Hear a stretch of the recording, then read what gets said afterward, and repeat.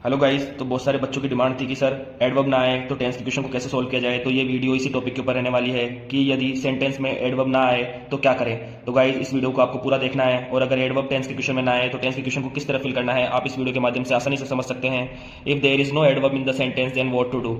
बहुत सारे बच्चों को कंफ्यूजन रहता है कि एडवर्ब नहीं आई तो टेंस के क्वेश्चन को वो खाली छोड़कर आ जाते हैं, जिससे कि उनके नंबर पूरे कट जाते हैं। तो इस वीडियो की हेल्प से आप अपने टेंस के क्वेश्चन को कर सकते हैं। इसके लिए आपको सबसे पहले ये समझना पड़ेगा कि यदि वाक्य में एडवर्ब नहीं होगी तो आप सभी को वाक्य में वैन, वाइल, इफ जैसे शब्दों को देखना होगा।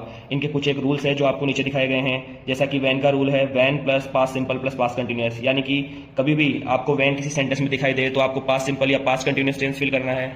ब्राइटनेस फर्स्ट ऑफ ऑल सबसे पहले वैन के रूल को समझा जाए। वैन के बाद अगर आपको पास्ट सिंपल टेंस दिखाई दे रहा है तो उसके बाद आपको पास्ट कंटिन्यूअस टेंस ब्लैंक में फिल करना है।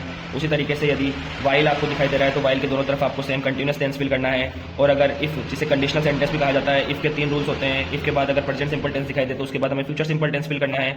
इफ के बाद अगर पास्ट सिंपल टेंस दिखाई दे तो हमें वुड शुड के साथ वर्ब की फर्स्ट फॉर्म यूज करनी है। और यदि इफ के बाद अगर हमें पास्ट परफेक्ट टेंस दिखाई दे तो हमें वुड शुड प्लस हैव के साथ वर्ब की थर्ड फॉर्म का यूज करना है। इन 3 रूल्स को आप लोग अपनी कॉपी में नोट कर लीजिए, ये बेहद खास होने वाले हैं इस बार बोर्ड एग्जाम 2026 के लिए।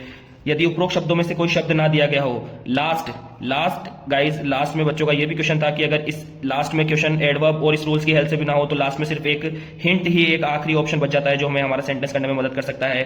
तो लास्ट में आपको इस सेंटेंस, इस एग्जांपल पर अपनी नजर डालनी है। She asked me why I blank leave the party. अब ना तो इसमें कोई एडवर्ब है ना ही इसमें कोई रूल अप्लाई हो रहा है, लेकिन हमें इस हिंट को समझना है जो कि इसमें दिया है आस्क्ड, वर्ब की सेकंड फॉर्म। तो पूरे सेंटेंस में हमें वर्ब की सेकंड फॉर्म अगर कहीं दिख जाए तो हमें ब्लैंक के अंदर भी वर्ब की सेकंड फॉर्म का ही यूज करना है गाइस। तो इस हिंट की हेल्प से ये लास्ट एक वे बच जाता है जो आप टेंस में यूज कर सकते हैं। अगर ये तीनों तरीके एडवर्ब के बाद रूल्स और रूल्स के बाद ये हिंट, अगर ये आपको तीनों तरीके समझ में आ गए हैं तो आप 100% टेंस के क्वेश्चंस को कंप्लीट कर सकते हैं। Thank you.